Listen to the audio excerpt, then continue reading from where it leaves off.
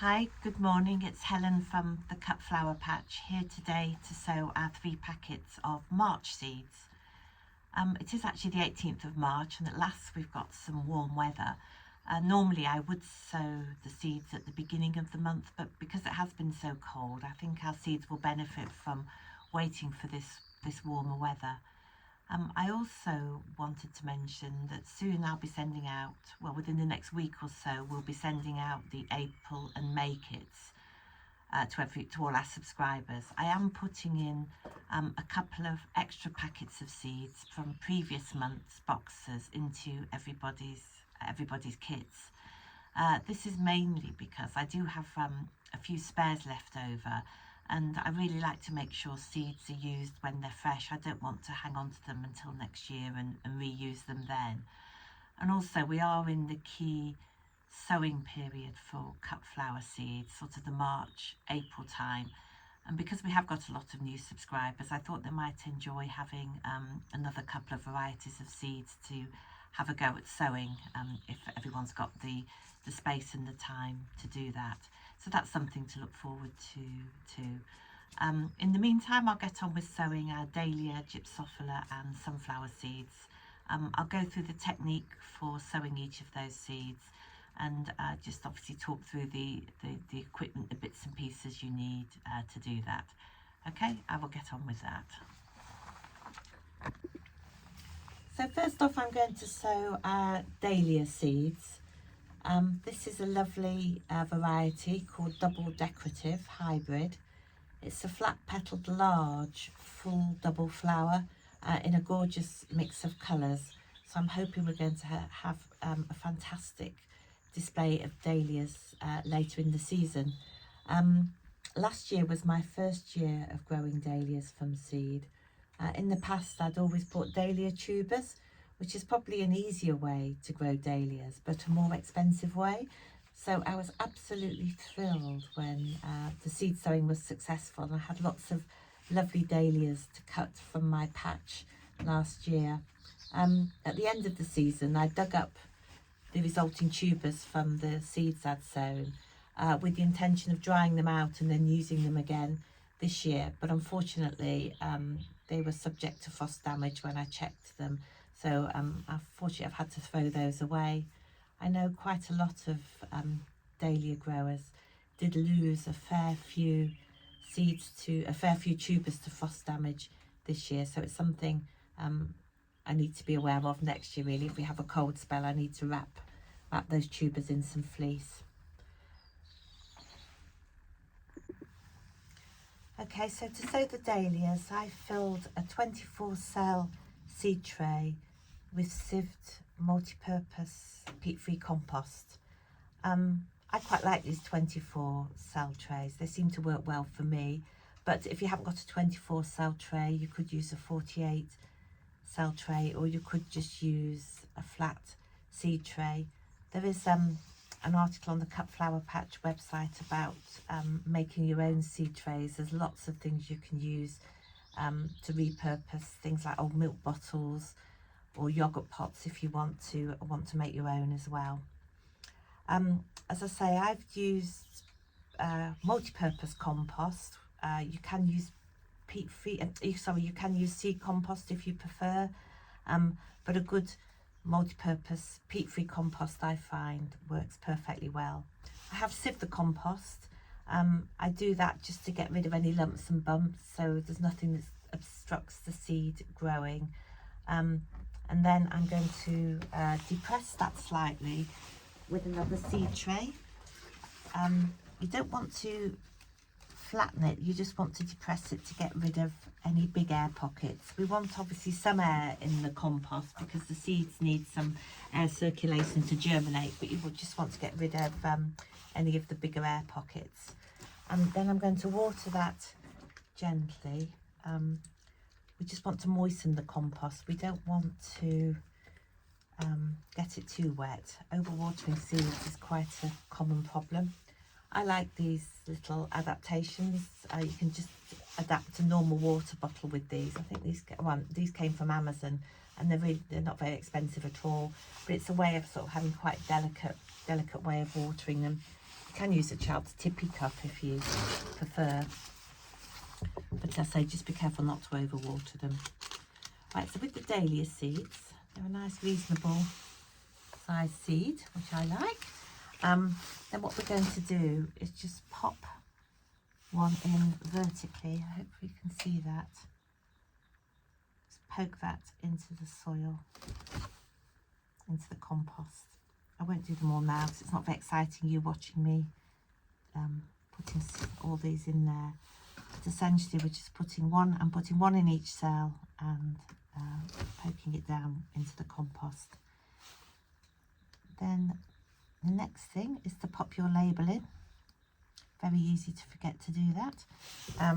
I put obviously the name of the flower, the variety and the date that I've sown it. I always find it really useful to have a reference date on there, particularly if you're going to do more than one sowing. It's good to know exactly when you sowed the seed. Then we need to cover those over with some sort of clear lid. These seed trays come with their own plastic lids, which is useful.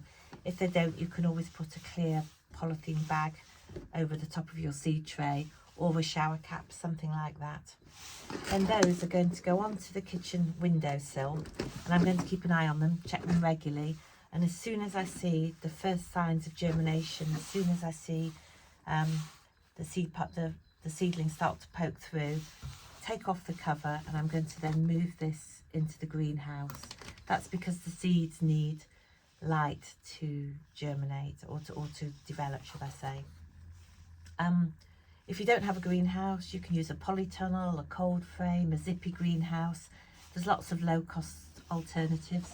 It's worth looking, if you're not sure what to use, take a look at the Cut Flower Patch website. There is an article on there for alternatives to greenhouses, and hopefully that will be useful. Okay, I'll now come on to sowing the Gypsophila.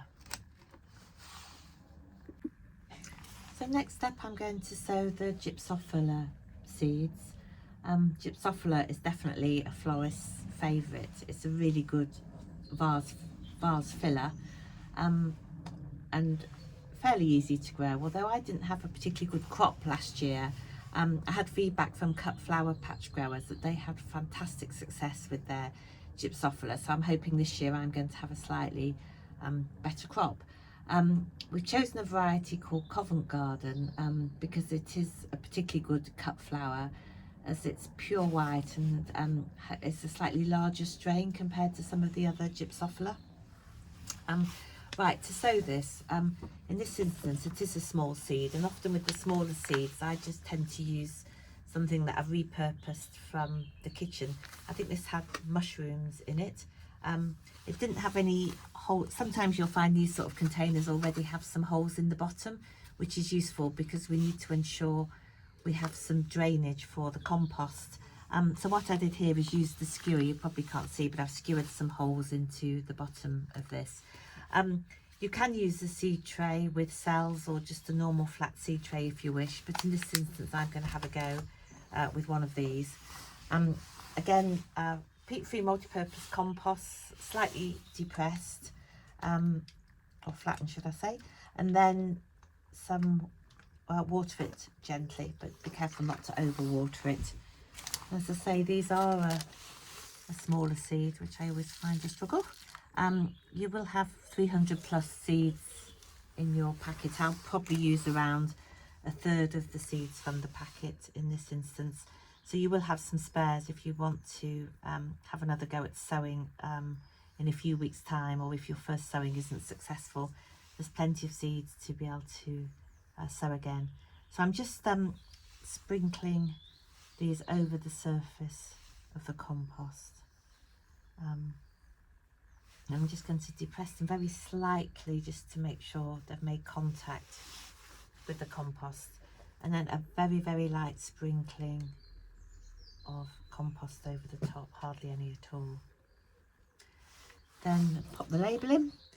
Then in this instance I'm going to put put a clear plastic bag over this to keep the moisture in. Pop it on the kitchen windowsill again, and again as soon as I see the first signs of germination, they'll come off the kitchen windowsill and down into the greenhouse, or if you don't have a greenhouse, into the polytunnel. or cold frame, or wherever you're going to leave your seeds to germinate. Like with everything was sown today, like with the dahlias that were sown today, when we see the first 2 sets of true leaves, so when a seedling develops, you get what you call the seed leaves, which are the first leaves, and then you get the true leaves, which are the second set of leaves. We're going to prick those out into 9cm pots, but we don't need to worry about that for now. The first thing is to get the seeds germinating and to get them established. Okay, last but not least, I will go on to sow our sunflowers.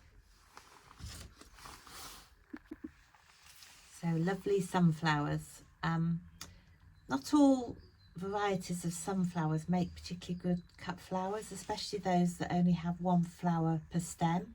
But the variety we've chosen is a multi-stemmed variety. So you should be able to get up to 25 stems per plant from this particular variety of sunflower. They have large heads, and again it's a bit unusual. It's like a tangerine orangey colour, so it is something a little bit different. So I'm looking forward to growing those and seeing how they come on. Sunflowers are easy to grow, but the slugs really like them, so what I tend to do is not plant them out until they're fairly well established and fairly robust, but we can talk about that a bit more nearer the time. So what we're doing in this instance, we're planting them directly into 9cm pots, 9cm diameter pots. It's a very common size. A lot of things you buy from garden centres come in 9cm pots. It is worth mentioning, actually, if you are reusing any pots or seed trays, it is worth washing them out to start with in soapy water and then rinsing them well, just to get rid of any sort of disease, fungal spores that might be hanging around. I did used to disinfect mine actually with 1 part bleach to 9 parts water. But I was a little bit concerned about using so much bleach and disposing of that, so I've stopped doing that, and I've just started to wash them out with soapy water, and touch wood, I haven't had any problems so far. So I filled these 9cm pots with peat-free multi-purpose compost. You then need to make a depression in the compost, a hole. It's about 1.5 centimetres deep. I'm using my lovely cut flower patch dibber, but if you haven't got one of those, then you could use a pen, or your finger would do. I'm going to sow 6 of these today, and then probably sow some more in a week's time. As I say, you probably won't need lots and lots of sunflowers to fill your patch, because they are a big flower and they do take quite a lot of room. But as I say, I normally lose quite a few to slugs every year, so I'm going to sow quite a few in the hope that I can get enough to put into my patch. I did last year, so I think it should be fine. Then you put 1 sunflower seed in each of the holes, and then we're going to just cover that over with the compost. I am going to water these after I've sown them rather than before I've sown them, just because the seed is a little bit deeper in the compost. So again, don't need a lot of water, but just enough to moisten it. Now we're not going to cover these up actually, we're going to leave them open, and they should germinate fine without any covering on. And I'm going to pop these on the kitchen windowsill. Again, a little bit worried, we've just got a couple of new kittens from the rescue centre, and I'm slightly worried that if I leave these exposed, the kittens are going to start digging them, so I'll need to think about how to protect them. Okay, so that's all for today. In the next week I'm going to be doing the monthly sowing and growing updates. So for those of you who are new to the cut flower patch, each month I take photographs of my seedlings and show what progress they've made or not made, and hopefully that gives growers a chance to see how theirs are getting along by comparison. Often cut flower patch growers' seeds are doing a lot better than mine, which is always nice to see, but hopefully you'll find that article useful and interesting. In the meantime, if anybody has any questions or comments, please don't hesitate to get in touch.